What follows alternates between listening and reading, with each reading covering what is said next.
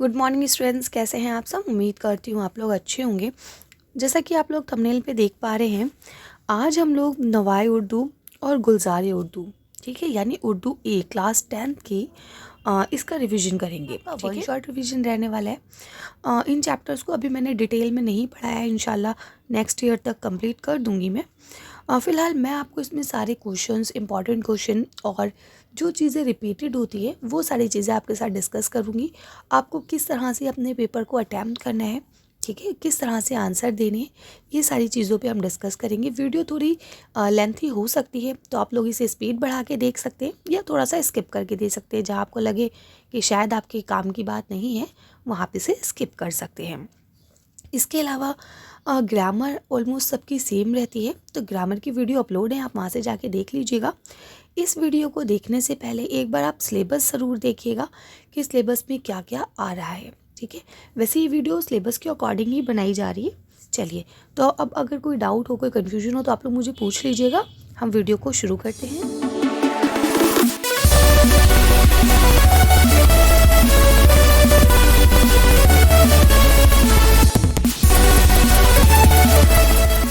जैसा कि आप सब जानते हैं, अगर आप लोग ने सिलेबस देख लिया होगा, तो आपकी जो अफसाना है हयात अल्लाह अंसारी का भीख, वो नहीं आ रहा है, ठीक है।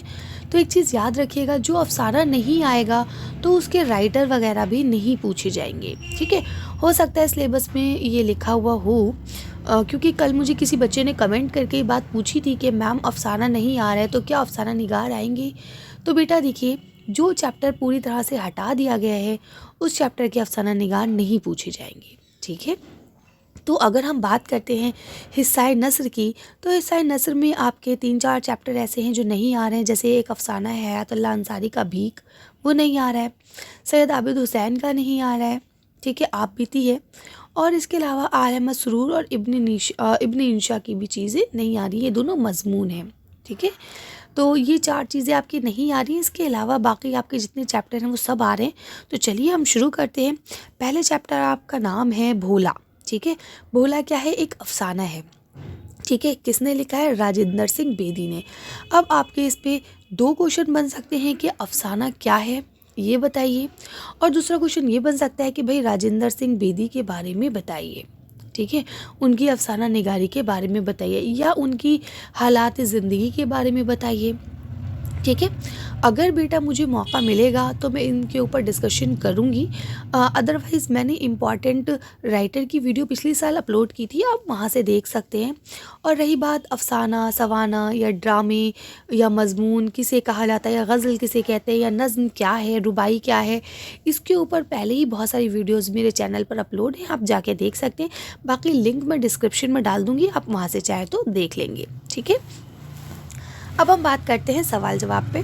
तो हम इस पूरी वीडियो में जितने भी आपके चैप्टर हैं, चाहे वो हिस्साए नस्र के हों या हिस्साए नज़्म के, हम उनके सारे सवाल जवाब देखेंगे। और जो बीच बीच में चीज़ें ऐसी आएंगी जिन्हें हमें लगेगा कि भाई डिस्कस करना चाहिए आपके साथ, वो साथ में डिस्कस करते चलेंगे। तो चलिए शुरू करते हैं। अगर आप बात करें अफसाना भोला की, तो हो सकता है आपने अफसाना अभी तक ना पढ़ा हो, ठीक है। अगर नहीं पढ़ा है तो ये बहुत इंटरेस्टिंग अफसाना है, बहुत छोटा सा अफसाना है, ठीक है। इसमें एक छोटा बच्चा है, उसकी मेंटलिटी को दिखाया गया है, और कुछ हमारे समाज में जो मिथ होते हैं ना कि भाई ऐसा करने से ऐसा हो जाएगा, ऐसा हुआ तो ऐसा हो जाएगा, उस चीज़ को यहाँ दिखाने की कोशिश की गई है, ठीक है। एक छोटा बच्चा है भोला, उसे कहानियाँ सुनना पसंद है, ठीक है। और वो एक दिन दिन में कहानी सुन लेता है, तो उसे इस चीज़ का एहसास होता है कि कहीं ऐसा ना हो कि मैंने दिन में कहानी सुन ली है तो कोई मेरा अजीज़ रिश्तेदार रास्ता भूल जाए। क्योंकि ये मिथ हुआ करती थी कि अगर आप दिन में कहानी सुनेंगे तो आपके पापा, मामू, चाचा घर का रास्ता भूल जाएंगे, ठीक है। आई डोंट नो इसमें कितना सच था कितना झूठ, लेकिन ये एक मिथ थी, ठीक है। अब यहाँ पहला सवाल आपका देखिए दिया गया है, भोला गीता शौक से क्यों सुनता था? तो वो इसलिए सुनता था क्योंकि उसे ना कहानी सुनना बहुत पसंद था, ठीक है। और आखिर में जो मातम का जो सीन हुआ करता था, उसे वो बहुत इंटरेस्टिंग लगता था, इसलिए वो ऐसा करता था, ठीक है। अगला सवाल देखिए, लिखा है दोपहर में कहानी सुनने के बावजूद भोले के चेहरे पर खुशी क्यों नज़र नहीं आ रही थी? उसका सिर्फ वही एक रीज़न था, उसे ऐसा लग रहा था कि अगर मैं ये सुन रहा हूँ, है ना, तो कहीं ऐसा ना हो कि मामू जी जो हैं वो हमारे रास्ता भूल जाए, ठीक है। इसी के ही अगले सवाल पे अगर हम आ जाते हैं तो यह लिखा हुआ है, औरत क्या दिल मोहब्बत का समंदर होता है, मुसन्निफ ने ये बात क्यों कही है। तो देखिए ऐसा नहीं है कि किसी के दिल में मोहब्बत नहीं है, लेकिन हाँ बनिस्बत हम कह सकते हैं आदमी के औरत में मोहब्बत ज़्यादा होती है ना।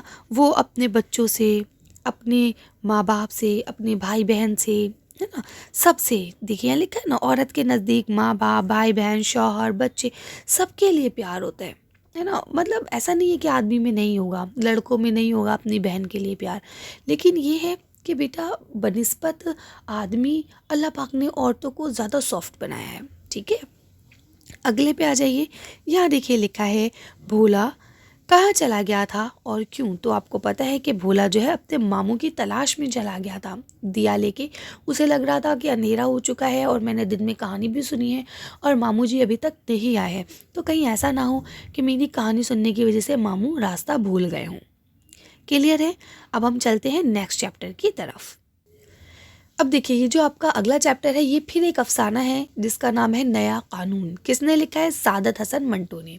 ठीक, अब आपसे क्वेश्चन बन सकता है कि भाई नया कानून का खुलासा लिखिए, तो इसके लिए आपको स्टोरी पढ़ना पड़ेगी। तो एक बार आप लोग पढ़ लीजिएगा, कोई बहुत ज़्यादा हम कह सकते हैं बहुत लेंथी नहीं है। बस इसमें इतनी सी बात बताई गई है कि जब हम अंग्रेज़ों के ग़ुलाम थे तो अंग्रेज़ किस तरह से हमारे ऊपर जुल्म ढाते थे, है ना, और उस दौर के जो हिंदुस्तानी थे उनकी क्या मेंटलिटी थी। ठीक है, और ये किसने लिखा है? सादत हसन मंटो ने। तो एक क्वेश्चन इस पे भी बन सकता है कि भाई मंटो की अफसाना निगारी पर बहस कीजिए या उनकी हालात ज़िंदगी बताइए। ठीक, अब हम बात करते हैं इस अफसाने की। तो इस अफसाने में एक हम कह सकते हैं कोचवान, कोचवान कहते हैं जो घोड़ा वगैरह चलाते हैं ना, तांगा चलाने वाला। ठीक है, वो था जिसका क्या नाम था? मंगू। वो अंग्रेज़ों से ना बहुत ज़्यादा इरिटेट रहता था। ठीक है, और जब उसे ये सुनाई देता है ना कि कोई नया कानून आने वाला है तो उसे ऐसा लगता है कि ये जो अंग्रेज़ है हमारे ऊपर जुल्म ज़्यादतियाँ कर रहे हैं, इससे हम आज़ाद हो जाएंगे। दर हकीकत ऐसा कुछ हुआ नहीं। ठीक है, चलिए तो अब हम इसके सवाल जवाब देखते हैं।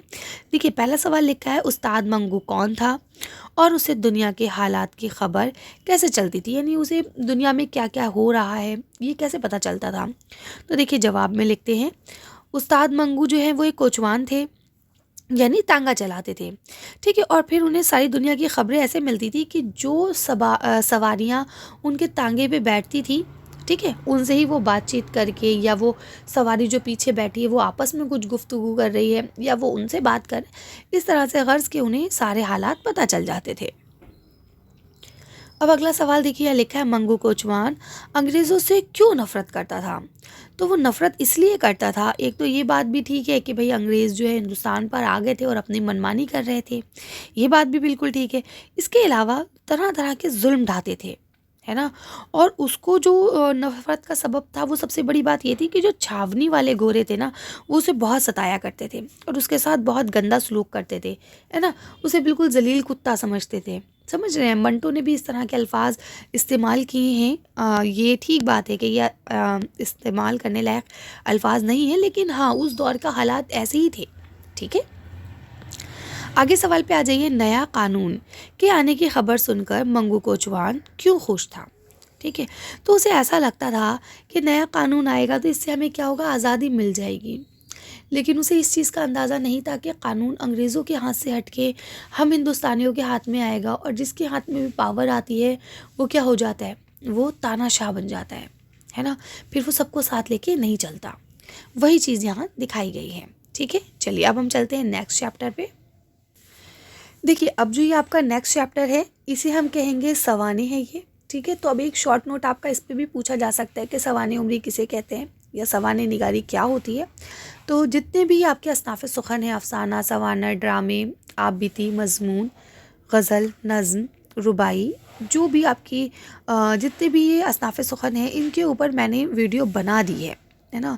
अगर आप लोग चाहें तो वहाँ से देख सकते हैं, क्योंकि वीडियो फिर बहुत लेंथी हो जाएगी अगर मैं सारी चीज़ें इसी में ही इंक्लूड करूँगी तो। ठीक है, अब तीसरे नंबर का जो आपका चैप्टर है भीख, वो तो आ नहीं रहा है, तो अब हम पढ़ेंगे चौथे नंबर का चैप्टर जिसका क्या नाम है, अल्ताफ़ हुसैन हाली ने लिखा है सर सैयद का बचपन।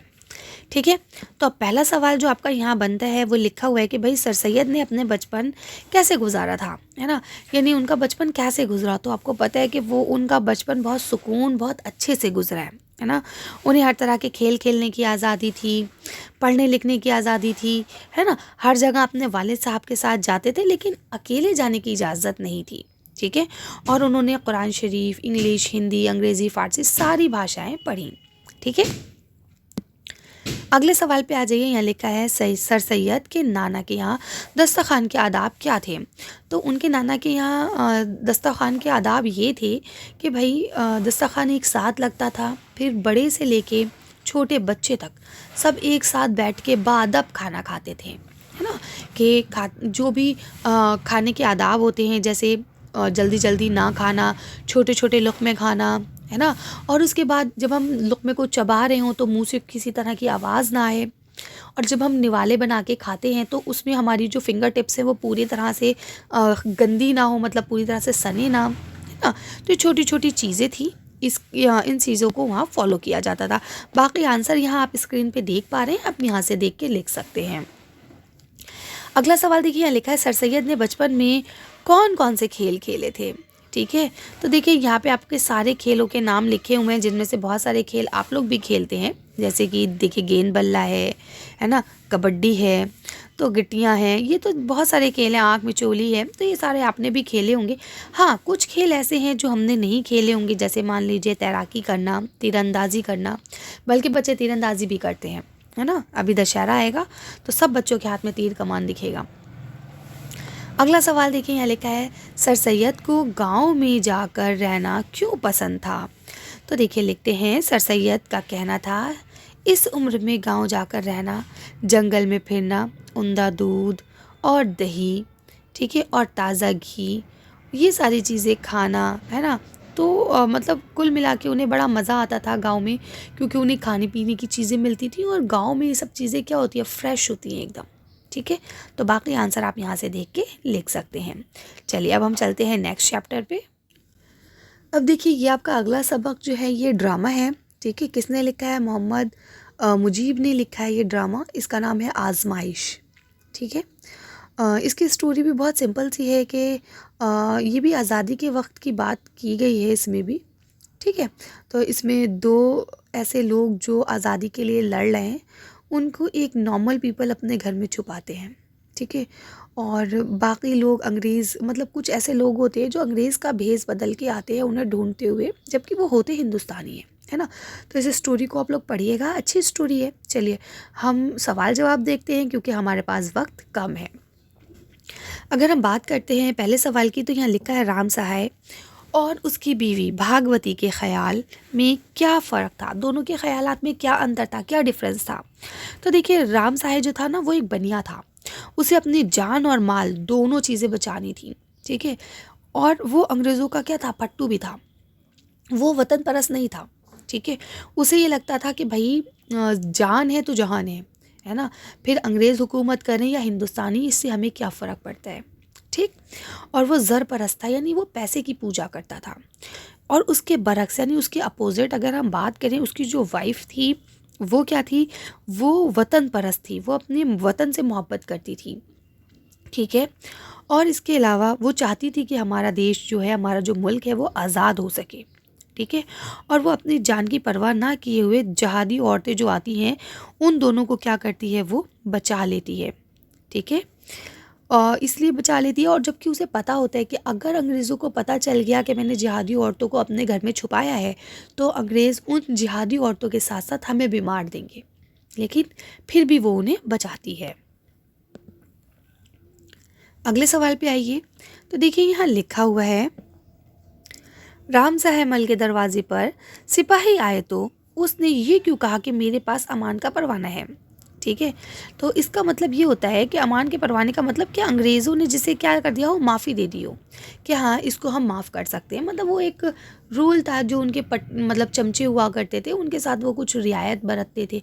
अगर वो सबके ख़िलाफ़ हो जाएंगे तो फिर उनका साथ कौन देगा। इसलिए उन्होंने कुछ ऐसे हिंदुस्तानी थे जो लालची थे या कह सकते हैं गद्दार थे, उनको अपनी तरफ कर लिया था, ठीक है। तो कहते हैं कि जब आपके दरवाजे पर सिपाही आए थे तो उन्होंने कहा कि भाई हमें घर की तलाशी लेनी है। तो राम साहे ने कहा कि भाई मेरे पास क्या है, अमान का परवाना है, यानी मेरे घर में कोई दाखिल नहीं हो सकता, मैं तलाशी नहीं दूंगा, ठीक है, अगला सवाल देखिए, यहाँ लिखा हुआ है कि सिपाही सलमा और किशन कुंवर की मुश्कें कसकर शहर के बाहर क्यों ले जाना चाहते थे? तो आपको पता है कि असल में वो कौन थे? वो हिंदुस्तानी ही सिपाही थे, है ना? वो अंग्रेज़ों का भेष बना के आए थे। किसके आदमी थे वो बख्त खान के आदमी थे, है ना? तो बख्त खान जो थे वो उस वक्त अंग्रेज़ों के ख़िलाफ़ लड़ रहे थे और वो ऐसे बहादुर लोगों को इकट्ठा कर रहे थे जो उनके साथ हों, जो वतन के साथ हों। ठीक है, इसीलिए वो सलमा को और कृष्ण को ले जाते हैं और उनकी जो मुश्किल है ना वो कसकर इसलिए ले जाते हैं ताकि ऐसा लगे कि शायद कोई कैदी जा रहा है और ऐसा दिखे कि अंग्रेज़ के सिपाही उसे लेके जा रहे हैं, है ना? ताकि उन्हें रास्ते में किसी तरह की प्रॉब्लम को फेस ना करना पड़े। ठीक है, अब अगर हम अगले सबक की बात करें तो वो आपका आप बीती है सैयद आबिद हुसैन की चोरी और उसका कफ़ारा। ये आपका चैप्टर नहीं आ रहा है, इसलिए अब हम चलते हैं मज़मून की तरफ। और आज हम जो पढ़ेंगे ये आपका सर सैयद अहमद ख़ान का मज़मून औरतों के हुकूक़ है। ठीक है, अब फिर से इस पे आपके दो क्वेश्चन सामने सामने बन जाते हैं, एक मज़मून निगारी पर और दूसरा सर सैयद अहमद ख़ान पर। ठीक है, और सर सैयद अहमद ख़ान पर जो क्वेश्चन बनेगा वो इम्पॉर्टेंट है, मल्टी टाइम रिपीटेड है, तो इसे आप लोग इसे अच्छे से एक बार देख लीजिएगा। अब हम बात करते हैं औरतों के हुकूक़। तो देखिए इस्लाम में औरतों को बहुत सारे हुकूक़ दिए गए हैं। ठीक है, पहले ज़माने में शायद वो चीज़ें नहीं दी जाती थी, आजकल सारी चीज़ें अल्हम्दुलिल्लाह दी जा रही हैं औरतों को, है ना? लेकिन फिर भी क्योंकि हमारा सबक है तो हम पढ़ते हैं और क्योंकि आज़ादी ज़्यादा दे दी गई है तो उसके कुछ नाजायज़ फ़ायदे भी उठाए जा रहे हैं, है ना? चलिए खैर, हमें इससे कोई बहस नहीं, हम सवाल पढ़ते हैं। पहला सवाल लिखा है, इस्लाम में औरतों को क्या हुकूक़ और इख्तियारात दिए गए हैं? अगर हम बात करें अपने इस्लाम की तो इस्लाम में मर्द और औरत में किसी तरह का कोई डिफरेंस नहीं है ना? यानी जहाँ आदमी अपनी शादी के लिए ख़ुद मुख्तार है वहाँ औरत भी ख़ुद मुख्तार है ना?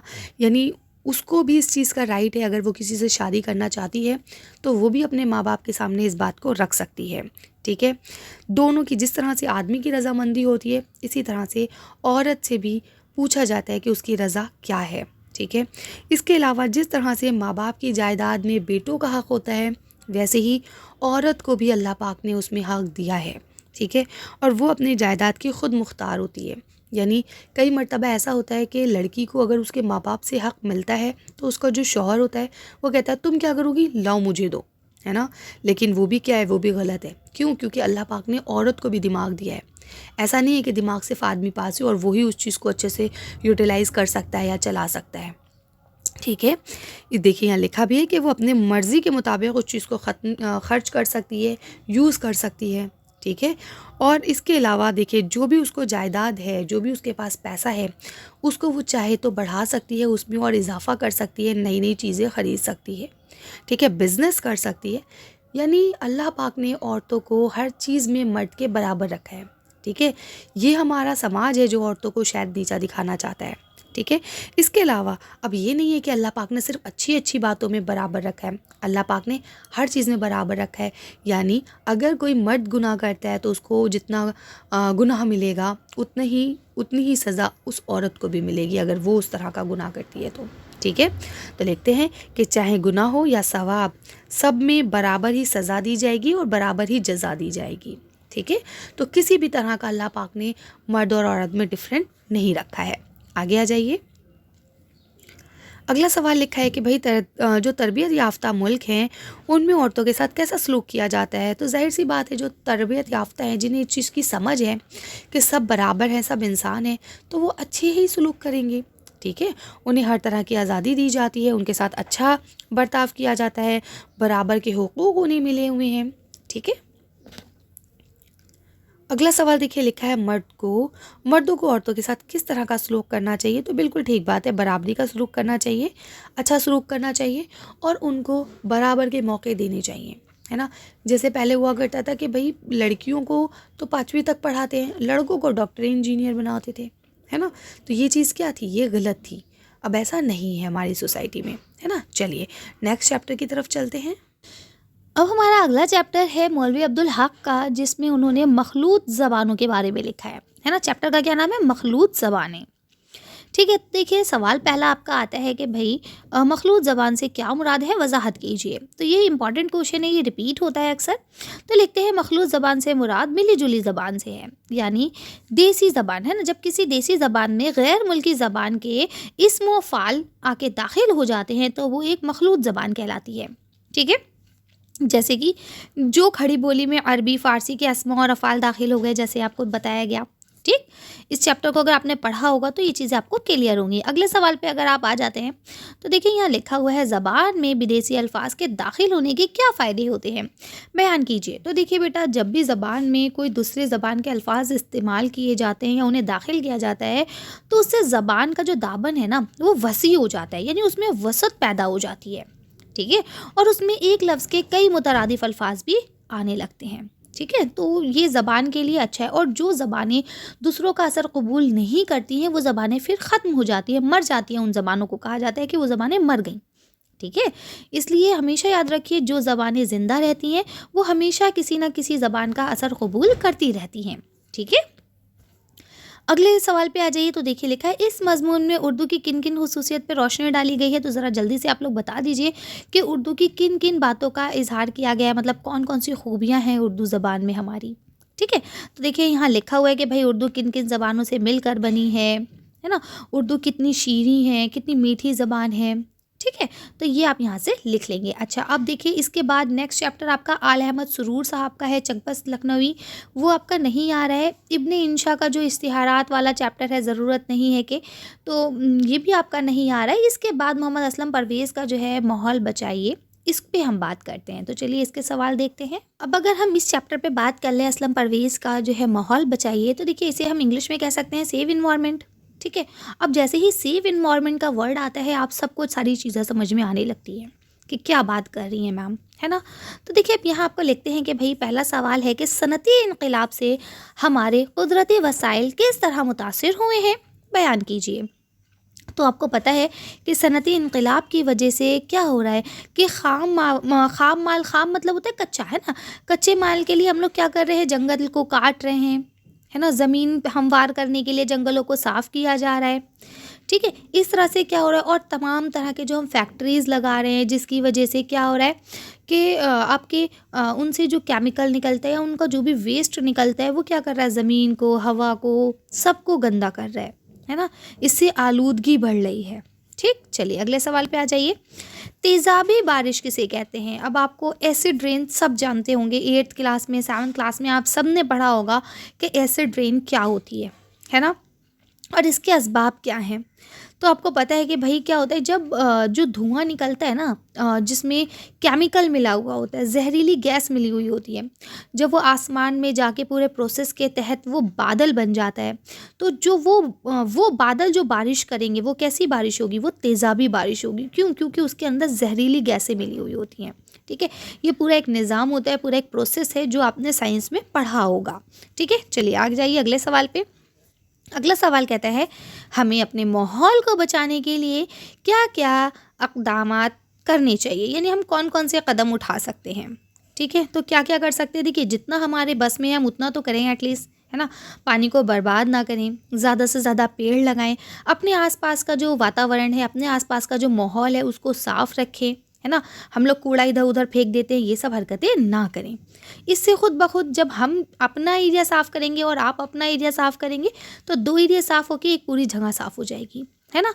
और धीरे धीरे पूरा देश, पूरा मुल्क साफ़ हो सकता है इस तरह से।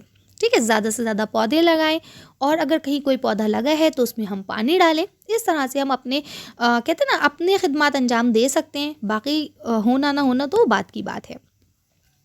अगले सवाल पे देखिए, कहते हैं माहौल बचाना क्या सिर्फ साइंसदानों ही का काम है या हर शहरी का। ठीक है, तो अभी हमने आपको बताया ना, सिर्फ 2-4 लोग किसी भी चीज़ को नहीं बचा सकते बेटा, है ना। अब वो बेचारे बचा रहे और हम ख़त्म करने पे तुल गए तो कैसे बचेगा। इसलिए हमेशा याद रखिए, जब सब लोग करके मिल के करते हैं ना तो वो काम अच्छे से होता है और जल्दी होता है। एग्जाम्पल के तौर पे आप अपने घर को ले लीजिए, सिर्फ आपकी मम्मी घर साफ़ करें और आप सब लग जाएं उसे गंदा करने में, तो क्या वो घर साफ़ रह पाएगा? नहीं रह पाएगा, है ना। यानी वो घर क्या हो जाएगा, गंदा हो जाएगा। क्यों? बेचारी मम्मा साफ़ करेंगी, वो बेचारी साफ़ कर करके क्या होंगी, थक जाएंगी, क्योंकि आप तो हर 2 मिनट में आ रहे हैं, कहीं पे किताबें फेंक के जा रहे हैं, कहीं पे बस्ता डाल के जा रहे हैं, कहीं यूनिफॉर्म बिखेर रखी है आपने, है ना। तो इसलिए सबको मिलजुल कर करना चाहिए। जो काम सब मिलकर करते हैं वो जल्दी ही होता है और अच्छा होता है, ठीक है।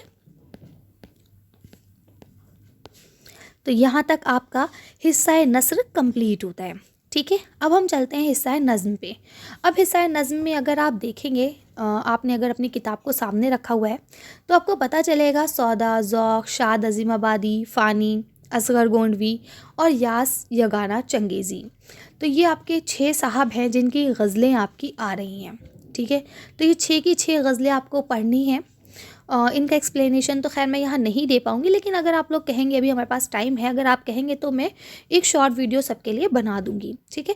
फ़िलहाल हम इनके क्वेश्चन आंसर्स को डिस्कस करेंगे, ठीक। इसके बाद अगर हम आते हैं नज़्म पे, तो नज़्म में आपको पता है इक़बाल की जो नज़्म है हकीकत हुस्न और काफ़िया आज़मी की जो नज़्म है आंधी, ये 2 नज़में आपकी नहीं आ रही हैं, ठीक है। तो ये आपको नहीं पढ़नी है।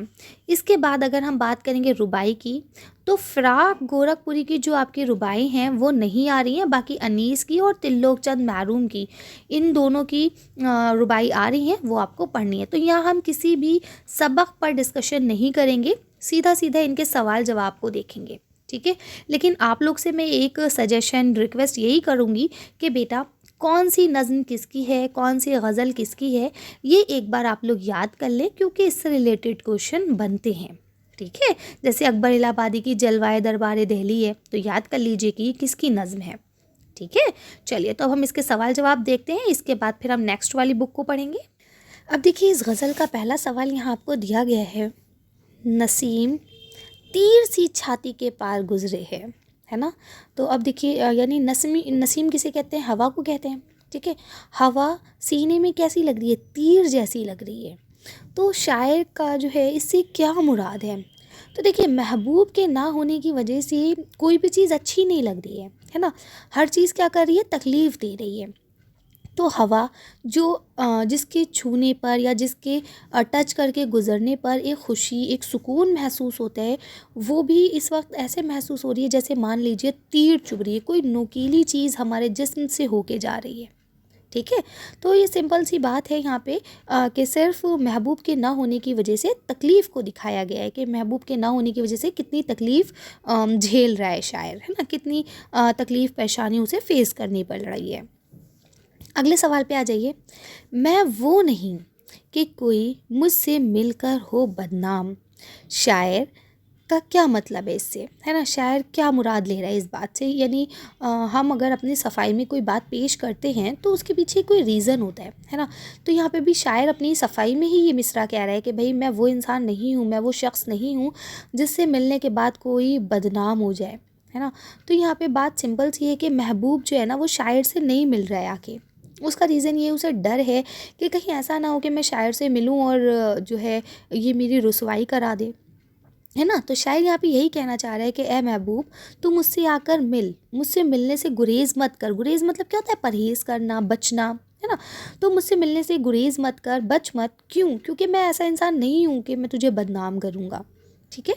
अगले सवाल पे आ जाइए। तो देखिए लिखते हैं, मक्ते के क़ताबंद अशार में शायर ने अपनी किस कैफ़ियत का इजहार किया है, ठीक है। तो अगर हम बात करें तो आपको पता है मक्ता क्या होता है, मतला क्या होता है, रदीफ़, काफ़िया, ये सब क्या है। इस चीज़ को आप लोग एक बार देख लीजिएगा, सारी वीडियोस अपलोड हैं। अगर नहीं मिलती हैं तो आप लोग मुझे कमेंट कीजिएगा, मैं लिंक डिस्क्रिप्शन में शेयर कर दूँगी आप लोग के साथ, ठीक है। यहाँ जो आपका जवाब है उसमें सिंपल सी बात इतनी सी कही गई है कि शायर ने अपने मक्ते में जुनूनी इश्क की कैफ़ियत का इजहार किया है ना। यानी कि किस तरह से वो इश्क में क्या हो गया है, पागल हो गया है, उसका इजहार उसने यहाँ पे किया है। चलिए नेक्स्ट गज़ल पे चलते हैं अब हम लोग। ये आपकी गज़ल शेख मोहम्मद इब्राहिम ज़ौक़ की है, मेरी ऑल टाइम फेवरेट गज़ल, लाई हयात आए क़ज़ा ले चली चले, है ना। तो अब देखिए यहाँ पे लिखा है कि इस शेर में, यानी पहला जो सवाल देते हैं यहाँ लिखते हैं कि इस गज़ल का मतलब क्या है, इसका मतलब लिखिए। तो देखिए इसका जो मतलब, जो अभी मैंने आपको शेर आपके सामने पढ़ाई, एक मिसरा जिसका कि लाई हयात आए क़ज़ा ले चली चले, है ना अपनी खुशी आए ना अपनी खुशी चले। तो इसका बहुत सिंपल सा मतलब ये निकलता है कि दुनिया में जब हमें भेजा गया तो हमारी मर्ज़ी के ख़िलाफ़ भेजा गया, यानी हमसे नहीं पूछा गया कि आप दुनिया में जाना चाहते हो या नहीं, ठीक है। और अब हमें जब मौत आती है तो भी अल्लाह पाक हमसे पूछ के हमें नहीं बुलाता, वो कहता है चलो भाई तुम्हारा वक्त पूरा हो गया, अब वापस आ जाओ, है ना। तो कहते हैं ये दुनिया में ना हमें हमारी खुशी से बुलाया गया है और ना हमें हमारी खुशी से वापस भेजा जा रहा है। दोनों काम किसकी वजह से हो रहे हैं? ज़िंदगी ले आई, हम आ गए, मौत हमें वापस ले चली और हम चले गए, ठीक है। अगले सवाल पे आ जाइए। यहाँ लिखा है उम्र खिज़्र, हज़रत जो खिज़्र अलैहिस्सलाम है से यहाँ पे शायर की क्या मुराद है। तो अगर आपको ये वाक़या पता हो कि अल्लाह पाक ने हज़रत खिज़्र अलैहिस्सलाम को सबसे लंबी उम्र दी है ना, वो जब तक दुनिया कायम रहेगी तब तक वो इस दुनिया में रहेंगे। तो इसी बात का हवाला देते हुए शायर ये कहता है कि भाई इंसान का क्या है, इंसान तो कभी भी किसी भी बात पे सेटिस्फाई नहीं होता, है ना। अभी अगर उसे हज़रत खिज़्र अलैहिस्सलाम की उम्र से भी नवाज दिया जाए ना, तो उसके बावजूद वो ये कहेगा कि अरे हमें कौन सी बहुत लंबी उम्र दे दी, अभी आए थे अभी जा रहे हैं, ठीक है। तो एक चीज़ और याद रखिएगा कि इसमें जो है ना तलमी है। तलमी क्यों है? जब किसी शेर में किसी तारीख़ी वाक़े को लाया जाता है तो उसमें तलमी होती है, ठीक है। इस चीज़ को याद रखिएगा। अगले सवाल पे आ जाइए। हम क्या रहे यहाँ, अभी आए अभी चले, इस मिसरे के ज़रिए शायर ने इंसानी ज़िंदगी के किस पहलू की निशानदेही की है? तो देखिए बेटा, इसमें बहुत सिंपल सी बात यह है कि इंसान की ज़िंदगी का कोई भरोसा नहीं है, ठीक है। इंसान कभी भी मर सकता है। कोई अल्लाह पाक के वहाँ से देख के नहीं आया कि हम 99 ईयर्स जीने वाले हैं या हम 40 ईयर्स जीने वाले हैं, ठीक है। तो इसी चीज़ को यहाँ दिखाने की कोशिश की गई है कि इंसान की जो ज़िंदगी है वो क्या है, नापायदार है, यानी हमेशा रहने वाली नहीं है। इनफैक्ट उसका कोई भरोसा ही नहीं है, हमेशा रहना तो दूर की बात है, पल की खबर नहीं है हमें, ठीक है। तो ज़िंदगी क्या है, फ़ना होने वाली चीज़ है। तो इसको अलग अलग शोरा ने अलग अलग अशार में पेश किया है। तो यहाँ पे आपको कुछ हवाले के तौर पे अशार भी दिए गए हैं, अगर आप लोग देखना चाहें तो देख सकते हैं, अदरवाइज़ कोई ज़रूरत नहीं है। अगले सवाल पे आ जाइए। गज़ल के मक्ते में चमन से शायर की क्या मुराद है? तो यहाँ पे किसकी बात कर रहे हैं? आलम दुनिया की, है ना, यानी कि जो दुनिया में रंग है, यहाँ की जो खूबसूरती है, उससे बात कर रहे हैं, ठीक है। कि भैया कहते हैं ना कि बेहतर है कि दिल ना लगाएं, लेकिन क्या करें कि बेदिली से भी तो काम नहीं चलता ना, ठीक है। तो इस तरह से ये आप लोग कर लेंगे। चलिए अब हम चलते हैं नेक्स्ट गज़ल पे। अब देखिए यहाँ पे आपकी शाद अज़ीम आबादी की ये गज़ल है। तो इसमें पहला सवाल कहते हैं नायाब है हम से शायर की क्या मुराद है। देखिए नायाब कहते हैं किसी कीमती चीज़ को जो बहुत आसानी से ना मिल सके, ठीक है। तो कहते हैं शायर की मुराद ये है कि जिस तरह से हम आला पाए इंसान है ना, तो इस तरह के इंसान बहुत कम ही मिलते हैं, ठीक है। तो भी कह सकते हैं कि उन्होंने अपनी शायरी के लिए कहा या अपनी शख्सियत के लिए कहा, जो भी है आप ले सकते हैं यहाँ पे, ठीक है। अगला सवाल देखिए, यहाँ लिखा है गज़ल के 5वें शेर की वजाहत करते हुए नायाब और कामयाब में फ़र्क बताइए। तो अब देखिए यहाँ पे शेर भी हो सकता है आपको दे दिया जाए एग्ज़ाम में, अगर नहीं भी दिया जाएगा तो भी आपको पता है कि भाई नायाब और जो कामयाब है उनमें डिफरेंस बताना है। तो देखिए कामयाब का मतलब होता है ऐसी चीज़ें जो कम ही मिलती हैं, ठीक है। और नायाब का मतलब भी क्या होता है, जो ना पाई जाए, है ना। तो ऑलमोस्ट दोनों के मतलब सिमिलर ही निकलते हैं, नायाब, ठीक है। तो अगर आप जवाब देखेंगे तो यहाँ पे आपको और वजाहत हो जाएगी। तो लिखते हैं ज़िंदगी में शोहरत आम और बका, है ना, दो एक अलग अलग चीज़ें हैं, ठीक है। तो कहते हैं कि जो लोग कामयाब, देखिए कामयाब का मतलब होता है ऐसी चीज़ें जो कमी से मिलती है, और नायाब का मतलब होता है जो चीज़ें बिल्कुल रेयर हों, जो मिले ही ना, है ना। कहते हैं ना पाई जाने वाली चीज़ें नायाब होती हैं। कामयाब जो मिल जाए लेकिन कम हो, नायाब जो बिल्कुल ही ना मिले, ठीक है।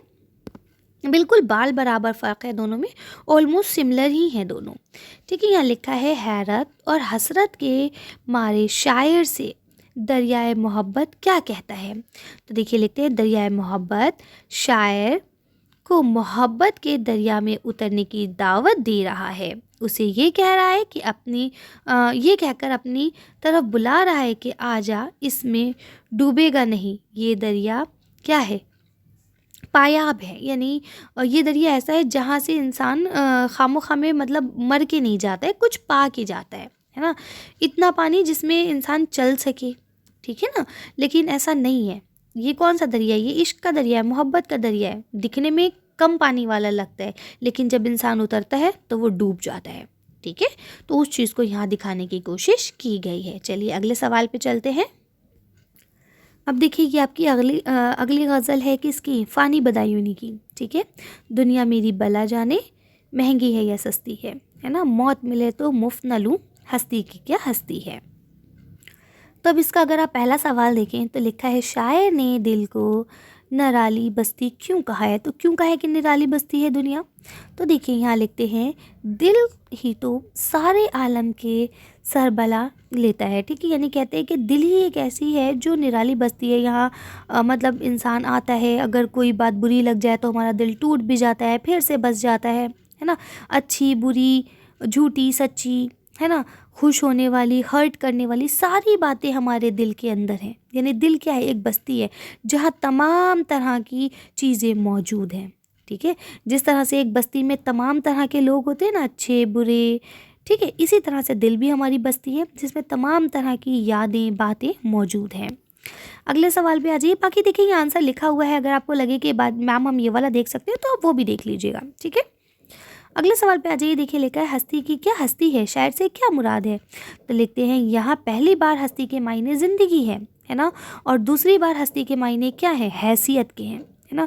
यानी हमारी ज़िंदगी की कोई हैसियत नहीं है, पल में ख़त्म हो जाएगी, ठीक है। तो कहते हैं जब ऐसा हो कि दो एक जैसे लफ्ज़ आएँ लेकिन उनके माने अलग हों तो उसे हम लोग क्या कहते हैं? सनत तजनीस कहते हैं, ठीक है। क्योंकि आप लोग को सनद भी बताना पड़ती है ना, तो इसको थोड़ा सा याद रखिएगा। आगे लिखते हैं, बस्ती बसाना खेल नहीं, बसते बसते बस्ती है। इस मिसरे में पहले लफ्ज़ बस्ती और दूसरे लफ्ज़ बस्ती से के फ़र्क को वाज़े कीजिए। तो देखिए पहला लफ्ज़ जो बस्ती है वो बस्ती किसी गांव, किसी शहर के लिए लिया गया है ना। देखिए यहाँ लिखते भी हैं, शायर इस शेर में कह रहा है कि कोई शहर फ़ौरन आबाद नहीं हो जाता, बल्कि उसे आबाद होने में एक लंबा अरसा लगता है ना। तो पहले बस्ती का लफ्ज़ तो शहर के लिए ही है और दूसरे लफ्ज़ तो बस्ती का मतलब होता है आबाद होना, ठीक है। तो क्या कहते हैं? बस्ती बसाना खेल नहीं, ये बसते बसते बस्ती है, ठीक है। यानी पहले कुछ लोग आके बसेंगे, फिर कुछ और आएंगे, फिर कुछ और आएंगे और फाइनली वो एक बहुत अच्छी सी सिटी में डेवलप्ड हो जाएगी, ठीक है। अगले पे आ जाते हैं। अभी असगर गोंडवी की गज़ल है। इसका पहला सवाल देखिए अगर आप, तो लिखते हैं, आलमी रोज़गार को शायर ने अपने लिए किस तरह आसान बनाया है, वाज़े कीजिए। तो देखिए आलमी रोज़गार मतलब होता है दर्द गम, है ना, अलम से बना है ये। और रोज़गार मतलब क्या होता है? रोज़गार, दुनिया और जो आपकी नौकरी है, ये सारी चीज़ें। तो लिखते हैं, शायर ने रोज़गार के गम को गम यार तसव्वुर किया है, ठीक है।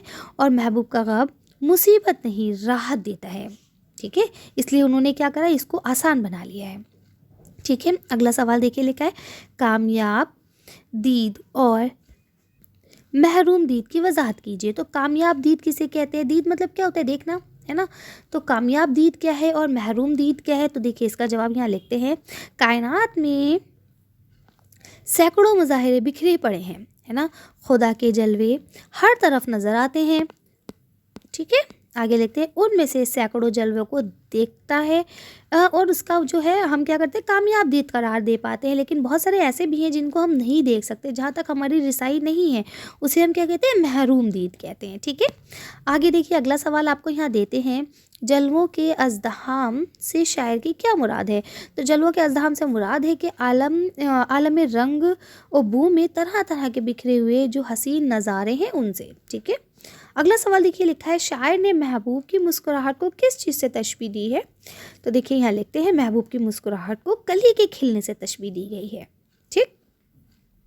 तो इस तरह से ये भी आपका चैप्टर होता है कंप्लीट। चलते हैं नेक्स्ट गज़ल की तरफ।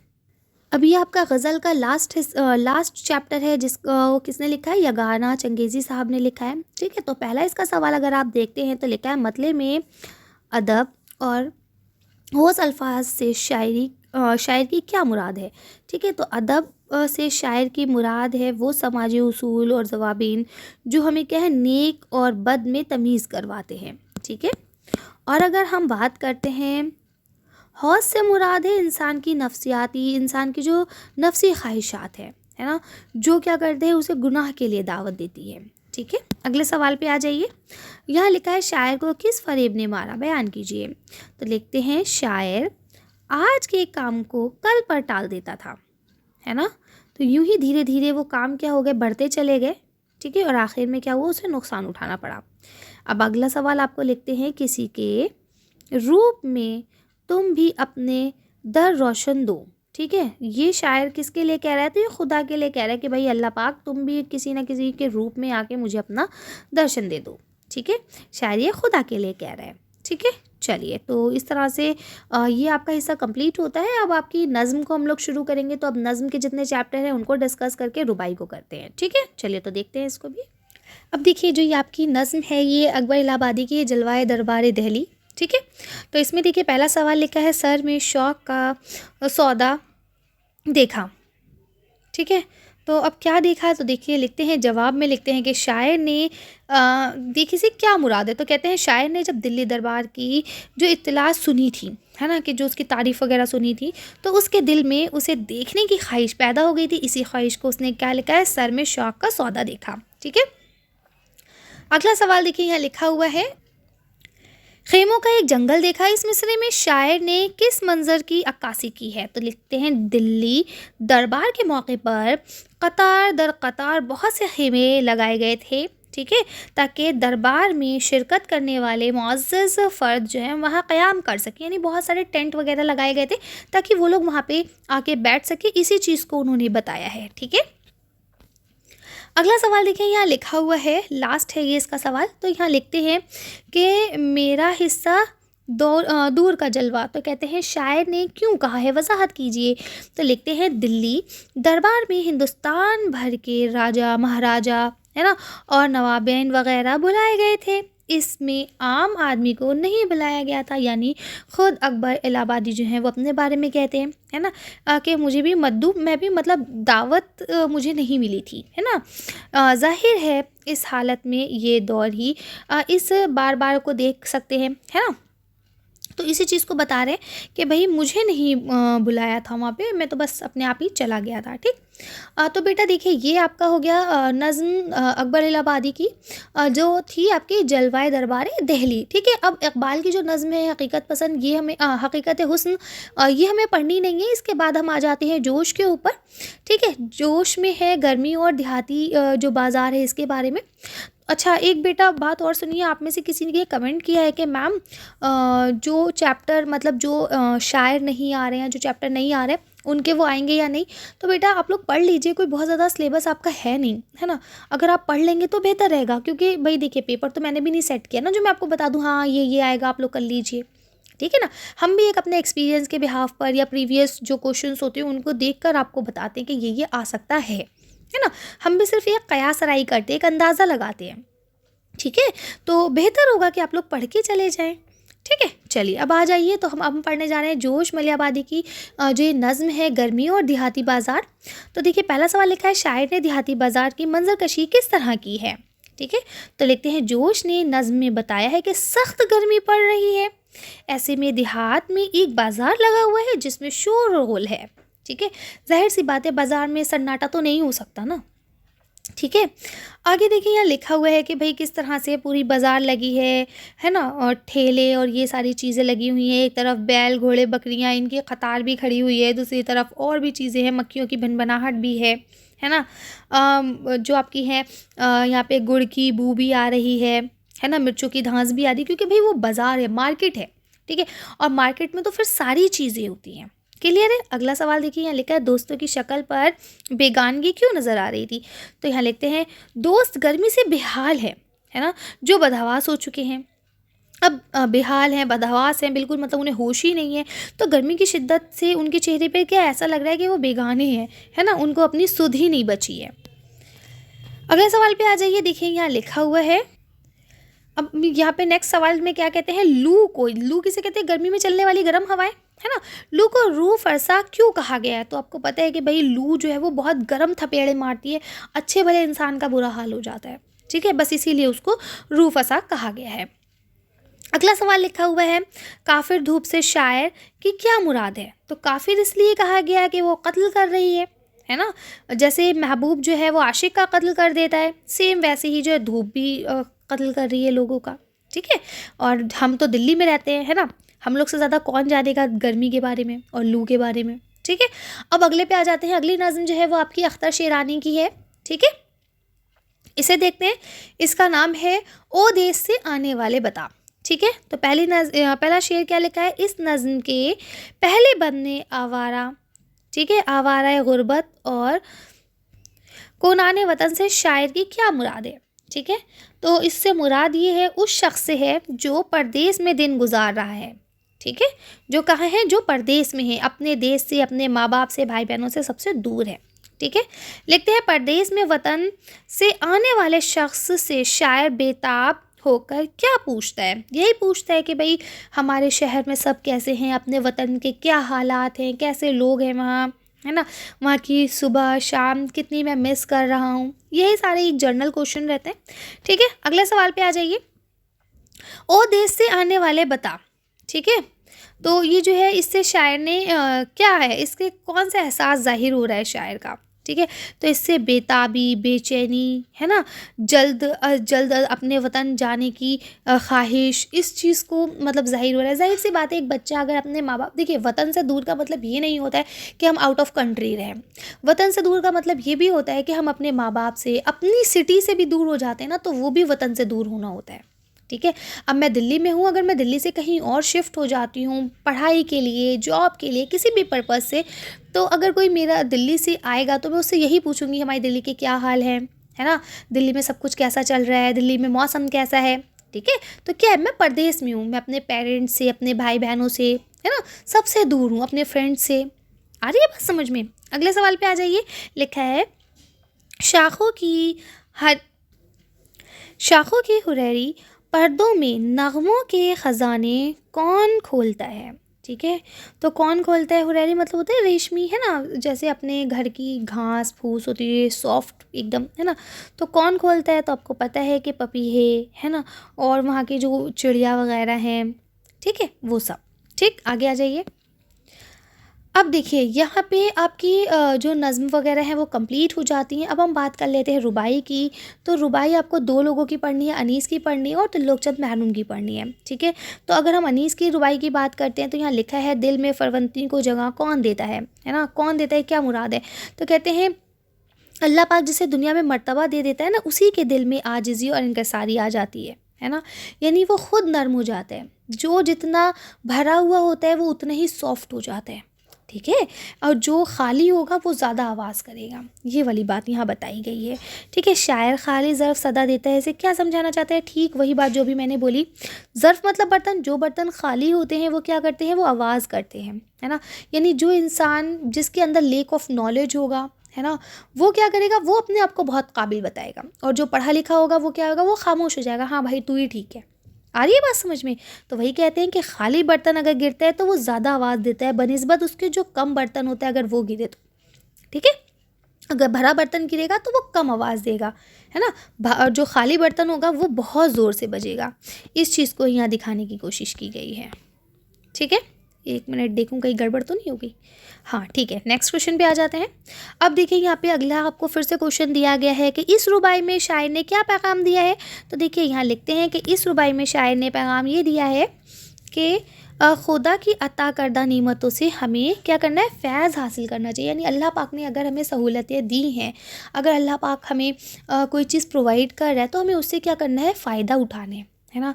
फॉर एग्ज़ाम्पल आपको वीडियोज़ मिल रही हैं अगर, तो आप इसे पढ़िए, है ना, सिर्फ यूं ही स्किप करके मत चले जाइए, उसे पढ़िए, समझने की कोशिश कीजिए और अच्छे से नंबर लेके आइए, है ना। बहुत सारे बच्चे तो ऐसे हैं जो जहाँ तक ये वीडियो पहुँच ही नहीं पा रही होगी, उन्हें ज़रूरत है लेकिन वो नहीं पहुँच पा रहे होंगे वहाँ तक। आ रही है बात समझ में? तो अगर अल्लाह पाक ने आपको नेमत अता की है तो उससे आप फैज़ याब होइए, उसको बर्बाद मत होने दीजिए। अगला लिखते हैं, इस रुबाई में कौन कौन से काफ़िये इस्तेमाल हुए हैं बताइए। तो देखिए यहाँ पे जो काफ़िये इस्तेमाल हुए हैं उनके बारे में आपको बता देना है। ठीक है, इसके अलावा बेटा मैं आप लोग से कह चुकी हूँ कई बार कि जो भी आपके काफ़िए वगैरह हैं या रदीफ़ हैं क्या हैं, तो ये चीज़ें आप देख सकते हैं। मैंने वीडियो अपलोड कर दिया, मैं इसमें ही अगर डिस्क्राइब करने बैठ जाऊँगी तो बहुत लंबा चैप्टर हो जाएगा। ठीक है, आगे आ जाइए। अब यहाँ पे आपको दिया गया है, शायर ने इस रुबाई में मज़हब के किस पैगाम का जिक्र किया है। ठीक है, तो शायर ने मज़हब के हुस्न अमल और रास्त गोई का पैगाम दिया है, यानी कि हमें क्या करना चाहिए, सबके साथ हुस्न अमल करना चाहिए, अच्छा सलूक करना चाहिए, है ना। और ऐसे काम करने चाहिए, सबसे पोलाइटली बात करनी चाहिए, सबकी मदद करनी चाहिए, है ना, बिना किसी मतलब के। ठीक है, आगे लिखते हैं हुस्न अमल क्या है ना, और रास्त गोई क्या है। तो लिखते हैं हुस्न अमल का मतलब होता है अच्छे अमाल को करना, सालेहा अमाल, है ना। और रास्त गोई का मतलब होता है कि हक़ की राह को इख्तियार करना, भले ही 100 लोग झूठ बोल रहे हैं लेकिन आप अकेले सच बोलिए और फाइनली आप ही जीतेंगे। ठीक है, चलिए, तो ये था आपका बुक जिसको हम कह रहे हैं नवाई उर्दू। तो ये नवाई उर्दू यहाँ पे आपकी टोटली कंप्लीट हो चुकी है। अब क्योंकि वीडियो बहुत लेंथी हो गई है, तो जो दूसरी बुक है आपकी गुलजार उर्दू, वो मैं पार्ट 2 में बनाऊंगी इंशाल्लाह, वो भी आपको कल तक मिल जाएगा। इसी के साथ क्योंकि गुलजार उर्दू में ज़्यादा चैप्टर नहीं है, तो नवाए उर्दू के जो आपके इम्पॉर्टेंट पॉइंट्स हैं, ठीक है, कि हमें कौन कौन से राइटर या पॉइट्स पढ़ने, कौन से अदीब या शायर पढ़ने हैं, हम थोड़ा सा उसमें उस चीज़ पे भी डिस्कस करेंगे। ठीक है, पहले चैप्टर्स को बता देंगे, उसके बाद इम्पॉर्टेंट शायर को भी डिस्कस करेंगे। ठीक है, तो ये पार्ट 1 है, इसे आप लोग देख लीजिएगा, और अगर पार्ट 2 भी देख लीजिएगा। ठीक है, और जिसको ज़रूरत हो उसके साथ प्लीज़ इसे शेयर कीजिएगा। मैं लाइक करने को नहीं कहती, चैनल सब्सक्राइब करने को नहीं कहती, वो आपकी मर्ज़ी है, लेकिन वीडियोस ज़रूर शेयर कर दीजिएगा ताकि जिनको ज़रूरत है वहाँ तक ये पहुँच सके।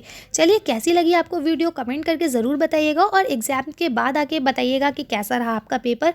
मेरी तरफ से आप सबको ऑल द बेस्ट। मिलते हैं नेक्स्ट वीडियो में। Thank you for watching.